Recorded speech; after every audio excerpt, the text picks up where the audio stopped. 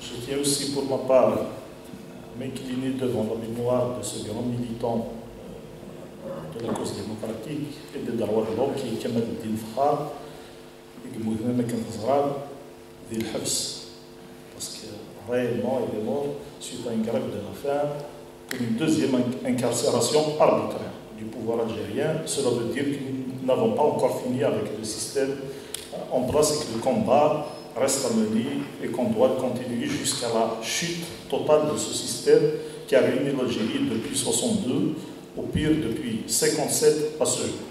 Donc je suis invité aujourd'hui à Zagar Aoukas et à Laouen pour discuter avec vous de la situation politique nationale, mais aussi pour décliner les propositions de sortie de crise préconisées par le RCD. Donc, nous n'allons pas dire que nous avons toutes les solutions. Mais nous sommes ouverts au débat, nous sommes ouverts à la discussion et ensemble, nous pourrons esquisser donc, une sortie de crise consensuelle qui peut arranger tout le peuple. Parce que l'avenir d'un pays ne se construit pas par un individu, elle ne se construit pas par un parti, elle se construit par l'ensemble des citoyens en associant l'ensemble des citoyens algériens. C'est pour cela qu'au RCD, nous avons dit qu'il faut discuter avec la population et que l'avenir de ce pays nous concerne tous, avant tout en tant que citoyens. Donc nous sommes ouverts à la discussion. La situation, vous la connaissez tous, Saboussen a là au 4e mois, les manifestations à Skimile, Aïdour, Mazarid et Vara, pour un seul et unique objectif. L'objectif suprême, c'est le changement du système. Nous n'avons pas parlé d'autre chose. Le peuple islamiste des Farsavril, il n'a pas dit qu'il y a un système qui il a pas dit qu'il y a le système. Quand on parle de système, beaucoup parlent du système. Le docteur Saadi le résume en une phrase. Dans le système algérien, ceux qui décident ne gèrent pas et ceux qui gèrent ne décident pas. Le système As-Saboussen, c'est la caserne. Il ne sort pas de la caserne. Depuis l'assassinat d'Ben Armlan en 1957 à ce jour, c'est la caserne qui décide. Et c'est la caserne qui gère les affaires du pays. Tous les présidents qui se sont succédés à la tête de l'État, ils sont issus des rangs de l'armée. Nous pouvons parler de Bebella, nous pouvons parler de Boumdieu, nous pouvons parler de Chadli, nous pouvons parler d'Ali Kafi, nous pouvons parler de Zerouel, puis de Bouteflika. Mis à part Boudief qui est politique, tous les autres qui ont été à la tête de l'État à un moment donné sont issus de l'armée. Donc ceux qui ont constitué le problème fondamental dans ce pays ne peuvent pas être la solution aujourd'hui, comme le prétend Gaël Salah. Lui-même, c'est un problème. Donc nous n'allons pas aller par mille et un détours. Pour nous, le problème aujourd'hui réside dans la caserne. Il a un savoir, un système militaire pour qu'on puisse construire un nouveau système, et c'est un système démocratique. Le drame de on ne dépend pas seulement de la caserne. C'est que la caserne elle-même, elle dépend de puissances étrangères. Les Émirats agissent dans le mouvement algérien. Il y a une contre-révolution qui est menée aujourd'hui, et cette contre-révolution, elle est menée par les Émiratis et par les Saoudiens. Ce n'est pas nous seulement qui le disons, c'est tout le monde qui le dit. Vous avez vu la dernière sortie de l'ancien président tunisien qui a travaillé sur la base de fiches élaborées par les services tunisiens. Les Émiratis, à travers le pouvoir algérien, ont financé une contre-révolution, même en Tunisie. Pourquoi les Émiratis s'intéressent à la situation algérienne? Ils ne veulent pas perdre un espace géographique, géopolitiquement pesant, qui est l'Afrique du Nord. Donc ils veulent dominer, ils veulent continuer à gérer cet espace géographique. C'est pour ça que nous devons continuer cette lutte, nous devons nous battre pour en finir définitivement avec ce système. Le système aguerri, il a aggravé la situation algérienne. Depuis l'arrivée de Bouteflika, nous l'avons dit, et nous la répétons toujours, depuis l'arrivée de Bouteflika, le pays a enregistré plus de 1000 milliards de dollars. C'est le pétrole. C'est des richesses naturelles. Donc nous n'avons rien créé. Et les 1000 milliards de dollars ont été délapidés pour un résultat sur le plan économique, social et politique égal ou inférieur à zéro. On Et à Seguir, on est devant une situation intenable sur le plan économique. Donc, Wikini, ils ont aggravé la situation du pays. De la télévision, ils se moquaient de Chadli. Le pétrole avait atteint les $40. Des années plus tard, 13 ans après, il a suffi d'une petite chute des prix du pétrole pour qu'on se retrouve dans une situation difficile. C'est octobre 88 que nous avons connu. Or, sous le règne de Bouteflika, qui est lui aussi un militaire, le pétrole n'a pas atteint les $40 seulement. Il les a dépassés de très loin. Le pétrole a atteint $160. Et quand le pétrole a chuté après 20 ans, il n'a pas chuté à $7, il a chuté à $60. Et on s'est retrouvé devant une situation économique intenable pour le peuple algérien. Je fais l'APL, et nous n'avons dans les caisses de l'État que 50 milliards de dinars. Et pour que l'État puisse fonctionner, il faut un minimum de 200 milliards. C'est-à-dire qu'après 20 ans de règne, ils ont mené le pays vers le chaos. Ils n'ont pu construire aucune économie. L'Algérie est toujours dépendante du pétrole. Cela est un échec flagrant sur le plan économique. Quand on voit la corruption qui a gangréné le pays, ça renseigne sur la nature du système algérien. Bouteflika, depuis son arrivée, a une seule constante, c'est la corruption. L'autoroute Est-Ouest en est l'exemple édifiant. Cette autoroute a été réalisée à plus de 16 milliards de dollars. C'est le kilomètre le plus cher au monde. Le kilomètre de l'autoroute Aguirre, il a coûté 14 millions de dollars. Les Marocains, chez nos voisins marocains, ils ont réalisé une autoroute Marrakech-Agadir. Le kilomètre a coûté 6,5 millions de dollars. C'est 3 fois plus en Algérie. Et chaque projet réalisé, on peut citer la grande mosquée, le stade de Tizi Ouzou, chaque projet réalisé a coûté en réalité 3 fois plus le prix qu'il devrait coûter. Donc la corruption sous le règne de Bouteflika est devenue la constante de l'État, la constante du système. Il a fait de sorte à transformer tout le monde et tout son entourage en corrompu. La seule devise, le seul critère sous le règne de Bouteflika, c'est la corruption. Sur le plan politique, il a tout fait pour casser tous les partis politiques. Ça signifie tous les opposants, tous les animateurs, tous ceux qui actifs sur le terrain. L'exemple, c'est Kemal Khardi, qu'on a laissé mourir en prison. Et nous sommes au RCD l'une des victimes de ce système sous le règne de Bouteflika. Nous avons des cadres qui ont souffert l'arbitraire. Nous avons Msardine Hadjaj, qui est lui aussi du pays Mzab, qui était l'ancien maire de Ardea. Il a fait un mandat d'inné, il a été destitué illégalement en 2008 par Zakouni. Et cet homme-là a passé 2 années de sa vie en prison pour un dossier vide. On peut parler aussi de Nordin Kerouchi, qui est lui aussi de Ardea, qui a passé 2 années de sa vie en prison pour qu'il soit relâché sur un dossier vide. Donc il a tout fait pour casser toute voix discordante et tous les partis de l'opposition. Pas seulement les partis, mais toute la vie associative. Les associations qui ne sont pas soumises au système, elles sont annihilées. Il a voulu casser en réalité les ressorts de la société algérienne pour qu'il soit le seul dominant de la situation. Et puis, sur le plan social, cela se traduit par le nombre de haragas qu'on enregistre chaque année. Même si il y a des gens qui tentent à fuir le pays. Donc cela est le résultat de la politique qu'ils ont menée pendant 20 ans. Cela, c'est pour dire qu'ils ont aggravé la situation du pays malgré l'embellie financière dont disposait le pays. Ils n'ont pas pu arranger les choses. Le pire du pire, c'est qu'ils ont voulu humilier le peuple algérien en reconduisant un mort, un cadre, pour un 5e mandat. Pour un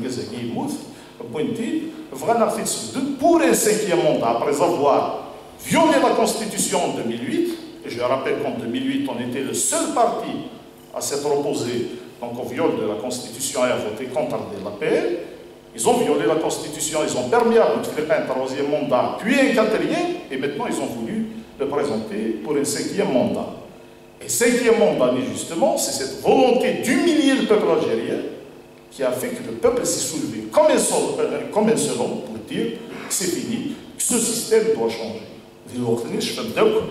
Celui qui tient les rênes aujourd'hui, parce que c'est la cible principale du peuple algérien aujourd'hui, c'est le danger qui pèse sur la République aujourd'hui, Gaïd Salah était avec le système. Il était avec le système, il menaçait le peuple, il passait son temps à travers la télévision à menacer le peuple, donc il ne peut pas dire qu'aujourd'hui, il ne fait pas partie de la mafia. Si le système, si le pouvoir a été accaparé par une mafia, il n'a pas été accaparé au 22 février, il a été accaparé à partir de 2013. 2013, Chefdok Bouteflika, il a été reçu des balles de grâce, il a reçu Gaïd Salah qui était Premier ministre, lui était chef d'état-major, vice-ministre de la Défense, il les a reçus des balles de grâce, il les a reçus sous les couleurs françaises et sous le portrait du président de la République française. Donc, si des lettres il y a, ces lettres ont commencé en 2013 et elles n'ont pas commencé aujourd'hui. Et ce n'est pas parce qu'un clan, son clan, le clan de Gaïd Salah, a pris le dessus sur le deuxième clan, que nous avons, nous en tant que peuple, réussi la révolution. Nous sommes dans une lutte clanique, nous sommes dans un fonctionnement clanique, et pour qu'on puisse construire cette Algérie nouvelle qui est l'aspiration de tous, il faut en finir avec ce fonctionnement clanique, il faut en finir avec les deux clans qui composent la même mafia dans le système algérien. Et c'est la seule solution. Il n'y a pas de solution dans la Constitution.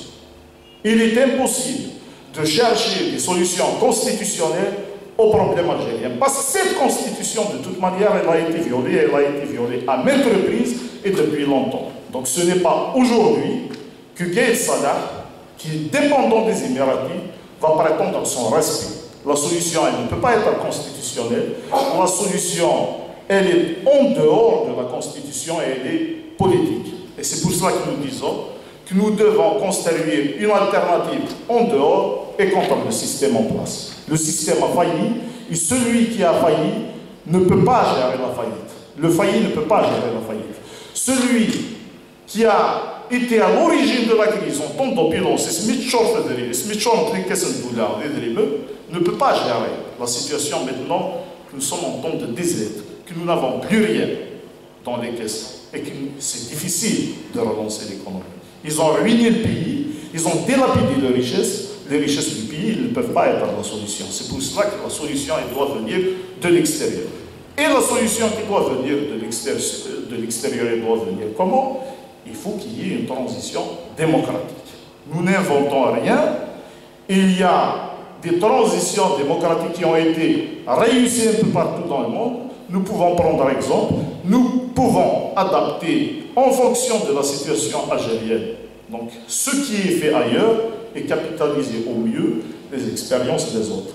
Nous parlons au RCD d'une transition démocratique qui sera gérée par une instance de transition démocratique, donc qui va être composée de trois personnalités, et ces trois personnalités, il faut leur donner un minimum de légitimité. Et c'est pour cela que nous avons pensé à des corps que nous maîtrisons. Parce que maintenant, vers des élections, contrairement à ce qu'ils disent les autres, maintenant, des élections dans les conditions actuelles, il faut être sûr que c'est la reproduction du système en place. Et c'est ce qui est voulu par les tenants du pouvoir aujourd'hui, parce que des élections dans les conditions actuelles, c'est la fraude qui est une constante nationale qui va dominer la loi électorale et favorise la fraude. La loi électorale, c'est la reproduction du système. La loi électorale d'aujourd'hui, c'est la reproduction du système en place et c'est une majorité qui va être donc obtenue en faveur du FLN et des partis du pouvoir, du RND, du MPA et des autres partis satellitaires. C'est pour cela que nous avons dit qu'il faut sortir de cette constitution, il faut sortir de cette loi électorale et cette transition démocratique, elle doit être représentée par des visages qui n'ont jamais été associés au système algérien. Et c'est pour cela que nous avons pensé au corps de magistrature, aux syndicats autonomes. Nous ne parlons pas du GTA, des syndicats du pouvoir, c'est les syndicats autonomes. Pourquoi les syndicats? Parce que les syndicats aussi, ils se sont sacrifiés, ils se sont battus sur le terrain, ils ont une expérience. Et les syndicats dans beaucoup de pays qui ont connu ce genre de transition ont été d'un apport important.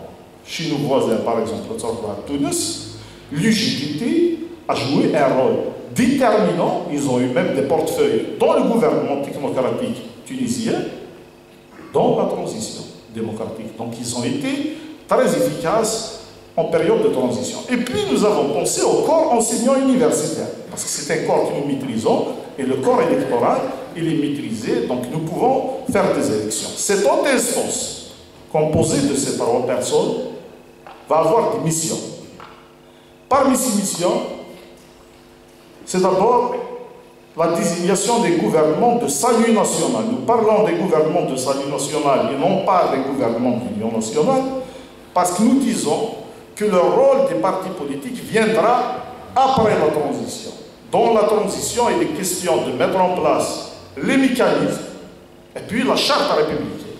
Les mécanismes, c'est la future loi électorale et la charte républicaine, c'est la future constitution qui doit prendre en considération les libertés démocratiques, les libertés culturelles, tout doit se retrouver à l'avance dans la constitution qui doit être le garde-fou de la nation. Il faut que les règles du jeu soient claires à l'avance.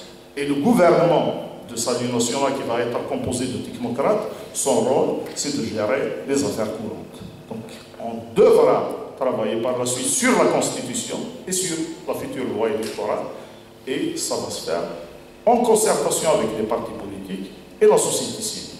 Une fois la Constitution est élaborée et adoptée par voie référendaire, et une fois la loi électorale aussi est adoptée par voie référendaire, en intégrant la commission indépendante de gestion des élections. J'insiste sur la commission indépendante de gestion des élections parce que c'est la clé de la souveraineté de demain et c'est la clé de la transparence des élections de demain.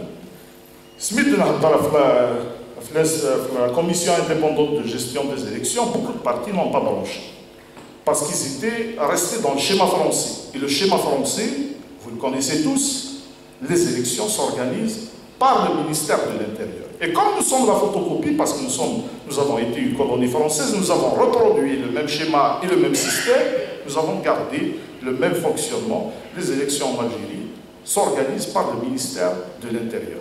Et pour beaucoup de partis, quand on avait parlé de cette commission, on ne peut pas sortir de ce schéma. Or, mis à part la France, et certaines de ces colonies, parce qu'il y a des colonies qui se sont libérées par la suite, la majorité des pays du monde organisent les élections via une commission indépendante de gestion des élections. Et chez nos voisins, en Tunisie, après la transition démocratique de 2012, ils ont institué une commission indépendante de gestion des élections. Première mission de cette commission, c'est l'assainissement du fichier électoral. Alors, le fichier électoral, on fait des millions d'électeurs fictifs intégrés dans le fichier. Ce qui permet aux partis quand il y a une élection, ils ont 4 millions de voix d'avance sur les adversaires parce que le fichier était biaisé à l'avance. Le même cas se pose concernant déjà le fichier national, le fichier électoral. Les élections, vous demandez le fichier électoral de vous demandez le fichier électoral de mais le fichier global national, ils ne le remettent jamais. Parce que quand vous avez le fichier national, vous pouvez faire des comparaisons, vous pouvez faire des recoupements, les doubles emplois. Donc ils ne remettent jamais le fichier national. Et le fichier électoral algérien, il est biaisé. Des militaires qui sont inscrits 4, 5, voire 10 fois pour certains, à des voter de guerre pour passe, à des voter des sourcils avec procuration, à des voter de guerre avec procuration, nous l'avons vérifié. Et le jour du vote, chaque militaire avec une procuration, et la procuration est accordée par le commandant de la caserne et non pas par le maire. Donc le fichier électoral est déjà un souci.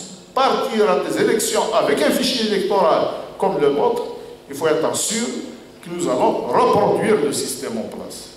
Et cette commission indépendante aura pour charge justement d'assainir en priorité le fichier électoral.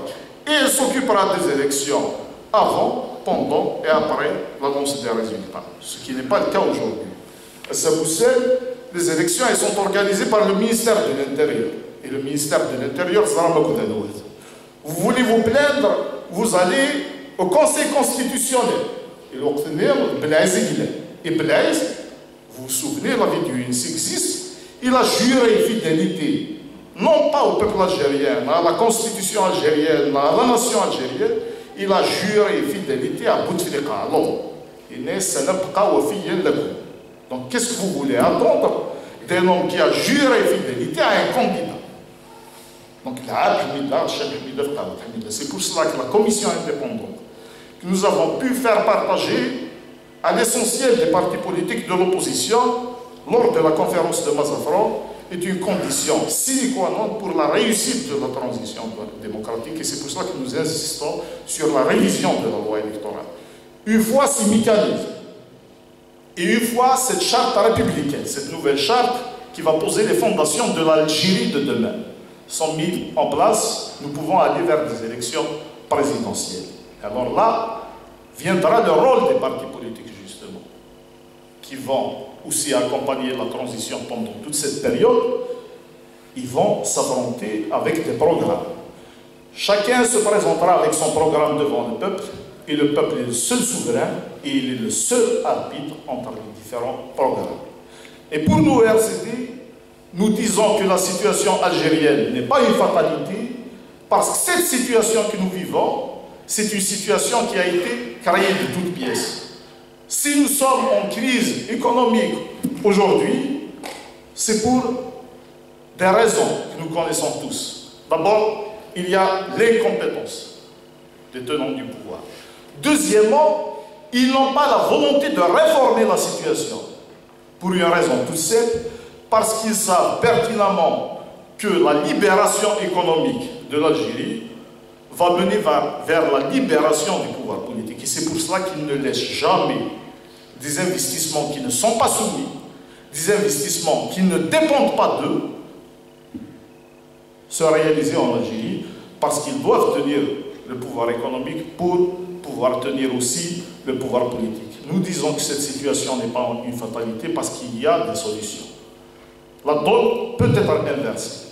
Nous pouvons créer de la croissance dans notre pays, une croissance à 2 chiffres. Parce que l'Algérie est un vaste chantier. Et quand on est un vaste chantier, où les choses il va faire pire qu'il est au pouvoir. On est sûr, où il est du en 2017, quand je me suis présenté aux élections législatives, nous avons une campagne, une salle. Alors je disais dans la campagne, partout où je passe, il va gérer mieux que ceux que nous avons à la tête du pouvoir algérien. Pourquoi? Parce que Groud n'est pas ce que l'on a à dire ça. Ou qui s'appelle ça? J'ai dit la même chose. Et que Dieu me marre, il n'est pas de il n'est que ça ne se passe pas comme ça. Il n'est que il n'est que les syndicat coloniaux, il n'est que ça finir ça. Il n'est que ça finir. Qu'est-ce qu'ils font en réalité? Ils vendent du pétrole, ils achètent des produits alimentaires. Qui ne peut pas faire ça?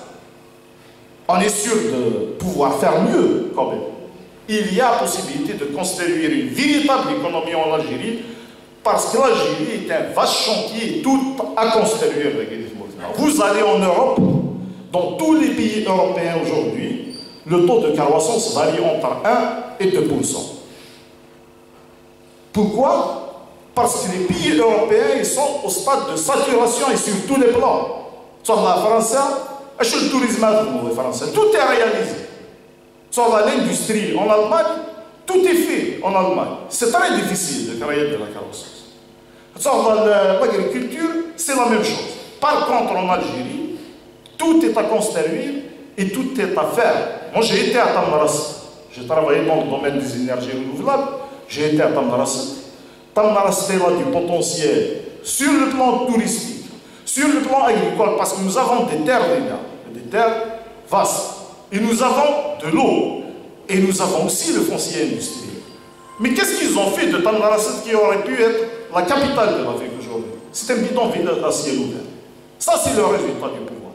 Est-ce qu'on peut faire mieux? Moi, je dis oui. N'importe qui peut faire mieux. N'importe qui a l'Algérie dans le cœur, qui a la volonté de construire, peut faire mieux que ce que nous avons aujourd'hui. Donc, il est possible de créer de la croissance à 2 chiffres. Quand vous voyez les Marocains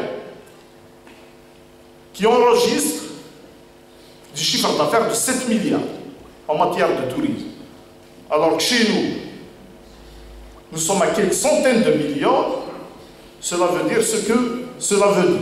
Cela veut dire que nous n'avons rien fait pour construire le secteur touristique.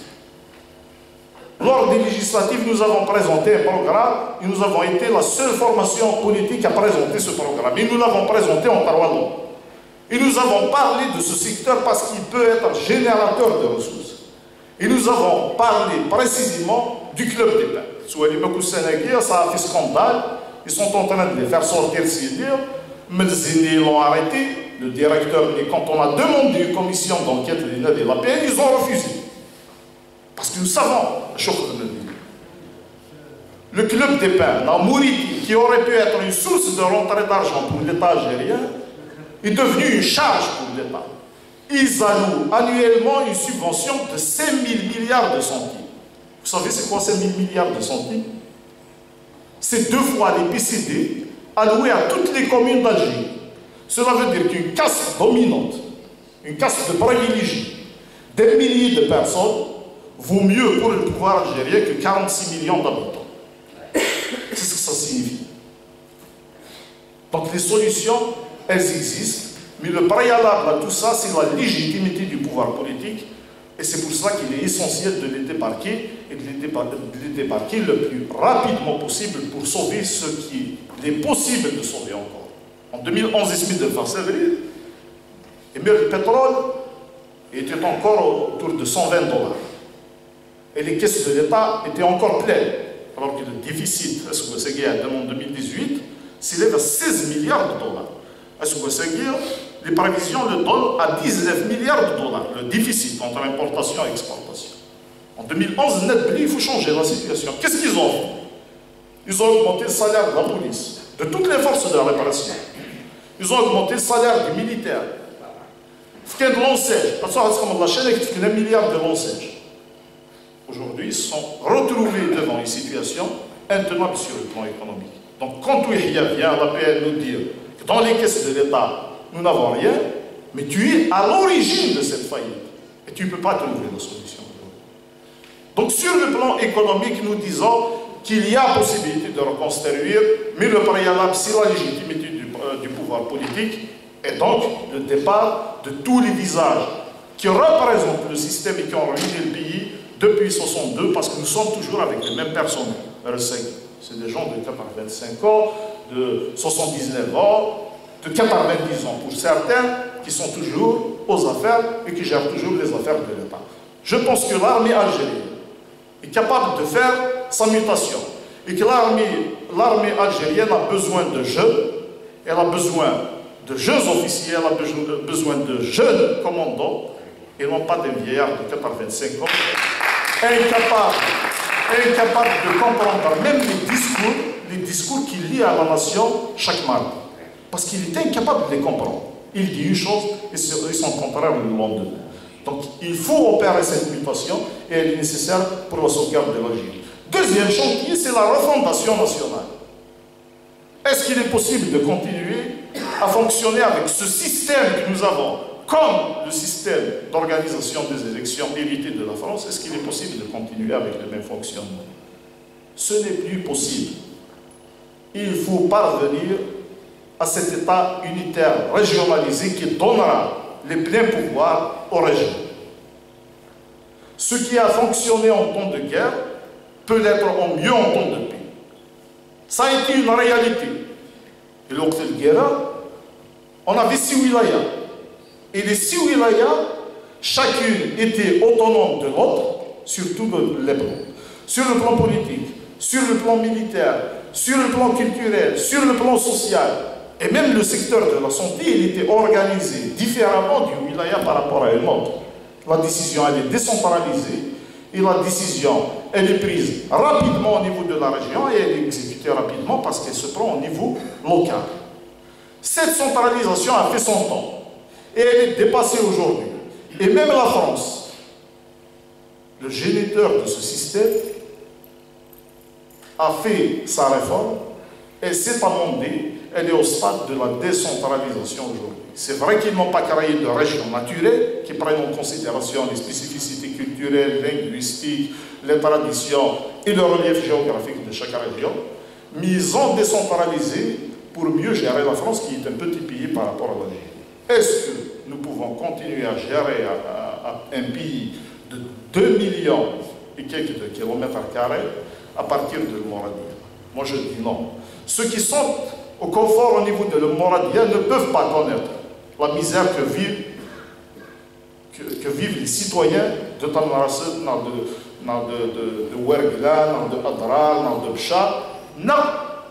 Les problèmes que nous vivons ici à Oukas, les décisions, elles doivent être décentralisées, elles doivent se prendre au niveau local. C'est pour cela qu'il faut aller vers un système d'État unitaire régionalisé où la région sera définie en fonction des spécificités culturelles, linguistiques, géographiques et des traditions de chaque région.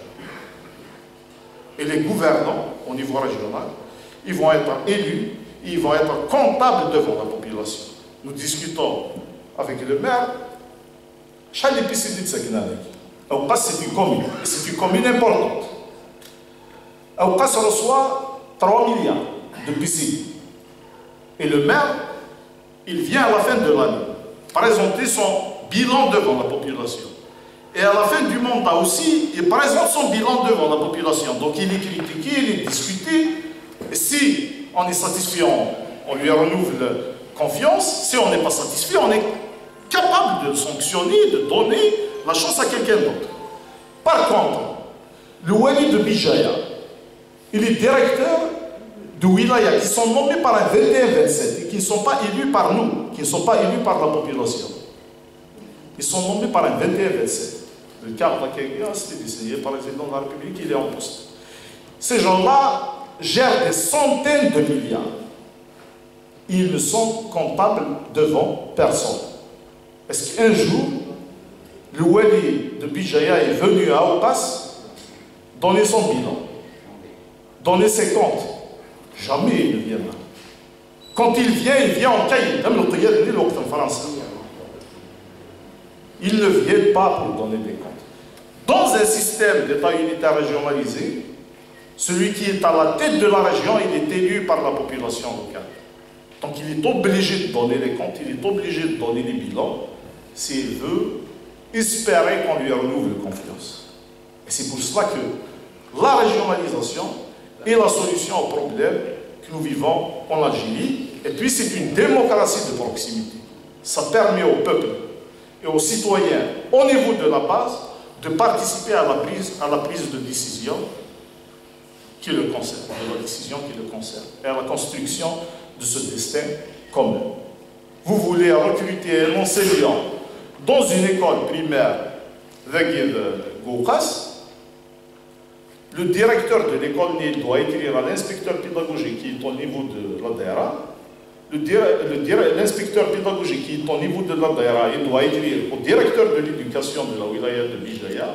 Le directeur de l'éducation doit demander le poste budgétaire à son ministère de tutelle, le ministère de l'éducation, lequel ministre doit partir à une réunion d'arbitrage avec le ministère des Finances pour espérer décrocher le poste. Et une fois décroché le poste, on va faire le chemin inverse pour un poste et pour un besoin urgent qui est un enseignant pour une classe abandonnée. Et c'est ça le système centralisé. Or, dans un système régionalisé où la décision est décentralisée, cela peut être repris, cela peut être réglé au niveau local parce que le maire, parce que le directeur au niveau de la localité peut prendre la décision qui lui convient. C'est la démocratie de proximité, donc nous avons une décision décentralisée. Deuxième avantage de ce système, ça nous permettra d'aller vers la construction de cet ensemble supranational qui est une nécessité pour l'avenir. Si nous voulons continuer à exister, si nous voulons peser, et c'est de ça que les Émiratis aujourd'hui ont peur, nous sommes obligés de construire ce grand ensemble supranational qui est l'Afrique du Nord. D'autant plus que c'est un existant historique. Ce Mazra a toujours existé, donc nous n'inventons rien, nous allons redécouvrir ce qui a toujours prévalu, ce qui a toujours existé en Afrique du Nord. Cette construction nord-africaine est une nécessité pour l'avenir. Mais il a l'air de dire, Zaire se négocie avec le Français séparément, se négocie avec l'Allemagne séparément, le Maroc de même. Aujourd'hui, nous sommes appelés à négocier avec l'Union européenne. Nous sommes appelés à négocier avec le groupe chinois. 1,5 milliard d'habitants, et c'est un pays qui pèse. Nous sommes appelés à négocier avec les États-Unis d'Amérique, pendant que les échanges entre les trois pays qui ont un passé commun, qui ont un présent commun et qui aspirent à un avenir commun, les échanges ne dépassent pas les 4%. Donc nous sommes obligés d'aller vers cette construction nord-africaine sur la base d'un région.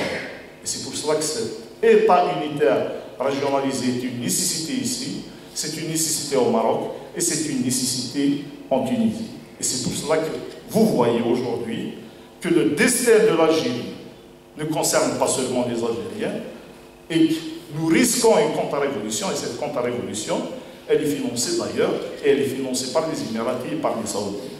Les mouches électroniques dont nous parlons aujourd'hui, elles n'émettent pas seulement en Algérie, parce que la c'est qui poste en Algérie, mais il y a des gens qui sont payés aux Émirats arabes unis, il y a des gens qui sont payés en Arabie saoudite pour polluer la révolution algérienne et pour essayer de garder l'Algérie dans le gérant d'une dictature arabe.